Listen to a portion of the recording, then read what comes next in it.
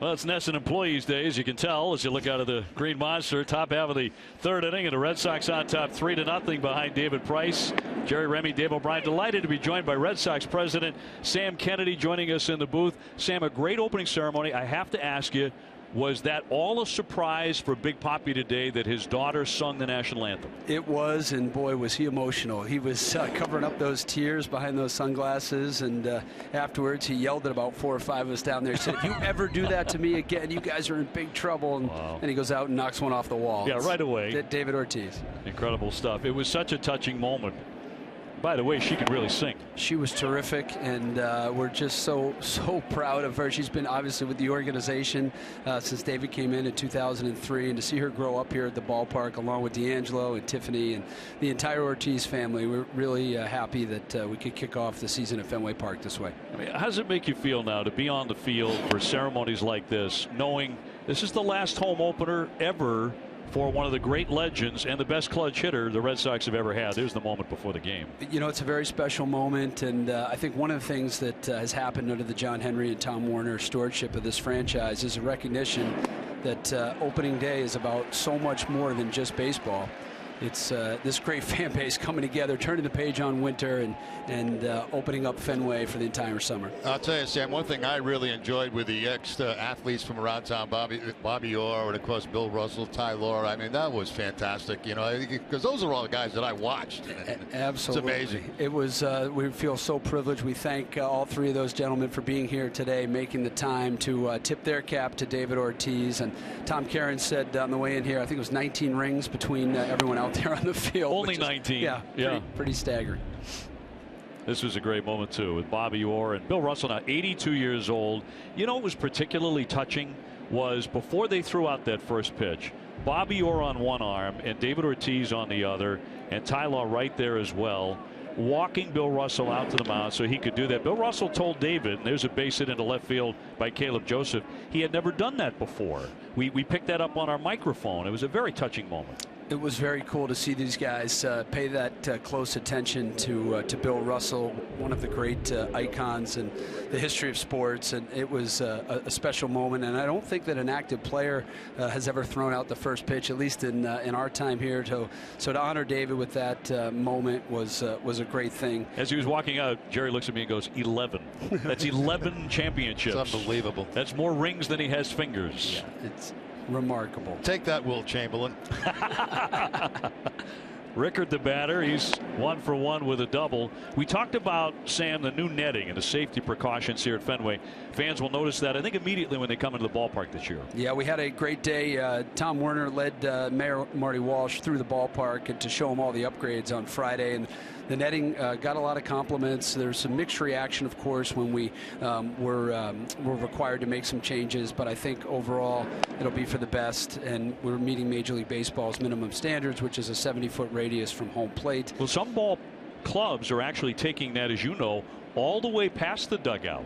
I mean, they're going behind the dugout, but then they're going all the way down to the far edge of the dugout. The Red Sox have not done that. They are. No, we're into the inside wall, and we'll see how it goes. It's important to make sure that we do everything we can for fan safety, but of course we want to remind people when they come to Fenway, foul balls will always be a part of the game, and they come in pretty quick, whether you're sitting right behind home plate or you're down the line. So people do need to be mindful. And we've had some other major changes to Fenway, of course, adding 222 seats down the State Street Pavilion. Major upgrades out at Gate K for our Calling All Kids initiative. We redid all of the third base concourse. I cannot say enough about Jonathan Galula, who runs all of our Fenway Park improvements. Incredible imagination, great leadership by him and his entire team to make sure this place was ready to go today for opening day.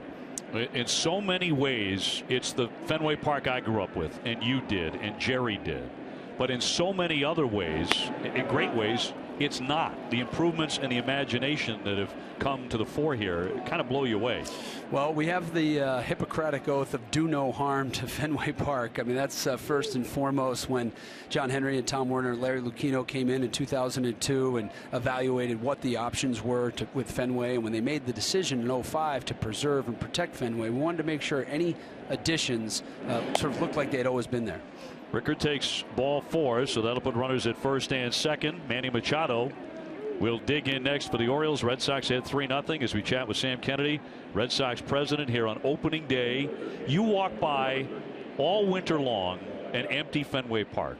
And then today, you've got 38,000 people in here. And it's filled with life, and it's breathing again. It's got to be wonderful for you. It really is. You know, opening day, we all remember begging our parents, can we please go to opening day? Is there any possibility? And for those of us who were fortunate for mom and dad to write that note to the teacher once or twice to skip school and to be here, it's a real thrill. And those are memories that you take with you for the rest of your life. So it's a really special day. Machado chops that one foul for a strike. That's a real special day for you, too, right? So first opening day for you as the big boss. Well, I don't know about that, but it's a special day for the 300-plus men and women that work for the Red Sox. We have an amazing team of people in every area of the operation, from baseball operations to finance, human resources, ticket sales, marketing, broadcasting, whatever it may be. It's a great, great team of people. We've got great ownership in John and Tom, and we just feel lucky to be here. And hopefully we'll give our fans a lot to cheer about this season. The 0-1 from Price almost got him on the foot. He had to skip out of the way. In fact, it did hit him, and that's going to load the bases. So Machado struck on the foot by a David Price pitch, and they're all filled up for Chris Davis. Yeah, John Farrell not certain about that right now. Is they're going to call in and check and see if that did hit Machado. Machado right away pointed to his leg, and apparently just got a piece of his floppy uniform that's down at the bottom. The bell bottoms. The bell bottoms got it that time. The bell bottom got him. So they're all loaded up, and Davis very capable of making it 4-3 with one swing. He struck out in the first inning. So Price in a bit of a bind here. Last inning he cruised. He got him 1-2-3. Davis struck out in the first. Red Sox had 3-0, but that lead and some jeopardy, perhaps, a swing and a chopper foul. I want to talk about calling all kids, too, because this is a big initiative for the Red Sox. It is. You know, we have an obligation as a Major League Baseball franchise to connect with that next generation of kids. We've started our free ticket program for kids who sign up for our Red Sox Kid Nation program. But more importantly, we've got a $9 ticket for students anywhere in New England. Come to the ticket office, and you can get into Fenway Park for $9. We do not want Fenway Park to be difficult to access for kids as we build that next generation of fans. $9, the 0-1. Big wave and a miss. I know somewhere out there there's one kid today that's making his first appearance ever at Fenway Park, and it's a day that he'll never forget, because I remember my first like it was yesterday. I think we all remember coming into this great ballpark for the first time. For me, it was with my dad, who brought me to a lot of games on his clergy pass that the Yankee administration was nice enough to give out. We would stand in section 25, and those memories are so important, and that's the power of this place. 0-2 just off the corner. I remember coming in down the right field line with my grandma Joan and looking out at Fenway and saying to myself, they don't make grass this green anywhere, do they? This is shocking. It's incredible. First base ramp for me. First base ramp. First thing I saw was the green monster. You never forget this stuff. Never forget it. It's burned into your memory until the day you die. The 1-2 got jammed, and he fouled it away. And then Jerry goes on to play for the Red Sox and then broadcast the Red Sox. It's what a story. That's the dream. That is Jerry has lived the dream. Lived the dream. Absolutely. And you know, when you think about kids coming here, Jerry, you're absolutely right. Someone out here, probably many folks, it may be their first time. Right. So we do have an obligation not just to provide a team on the field that's worthy of the fan support, but an experience at the ballpark that is going to make fans want to come back and come back often. It's a $9 ticket. Here's the 1-2. Little floater, and Pedroia can't get it. It'll drop in for a base hit. Joseph's in to score. Here comes Rickard. He is in to score. They're going to be safe on the corners, and the Orioles are right back in the game. That'll make it 3-2. Well, Davis, Davis with a .300 career batting average against Price has not hit a long ball, but he certainly had a share of hits.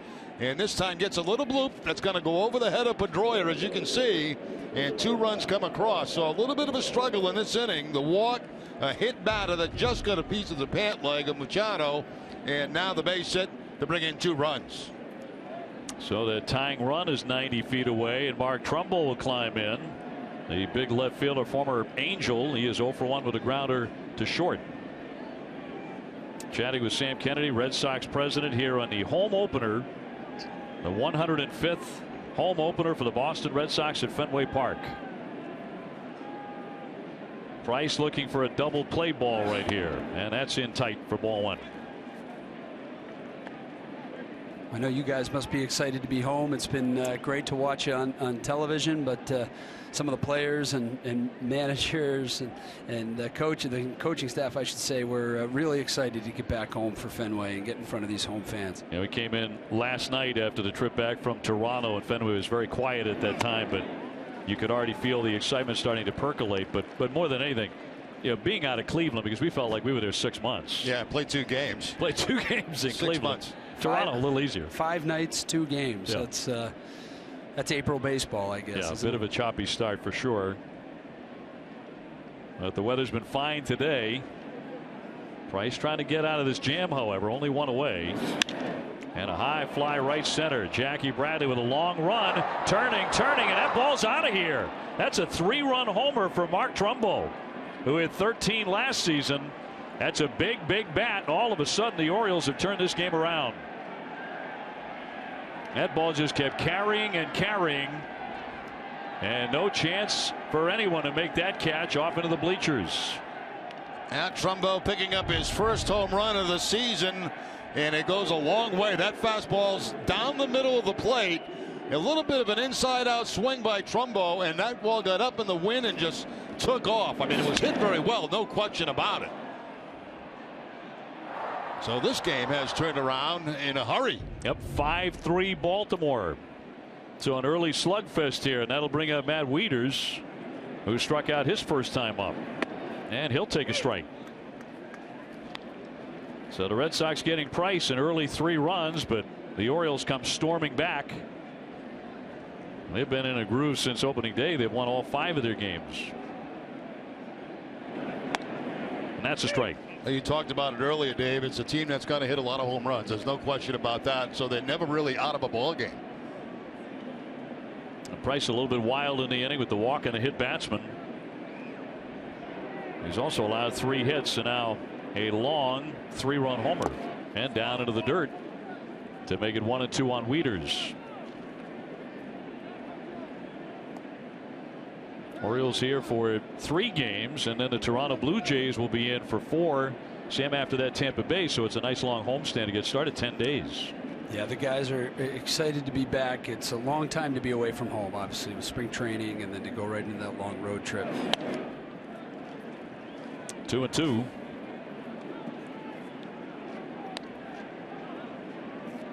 J.J. Hardy on deck for Buck Showalter's Orioles.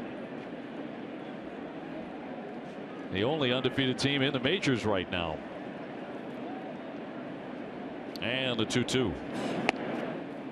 That's already been a very long inning for Price. Yeah, that's not quite the same as opening day for him. Struggling a little bit with the strike zone, not getting the pitches that he wants to get, the location where he wants to put the baseball.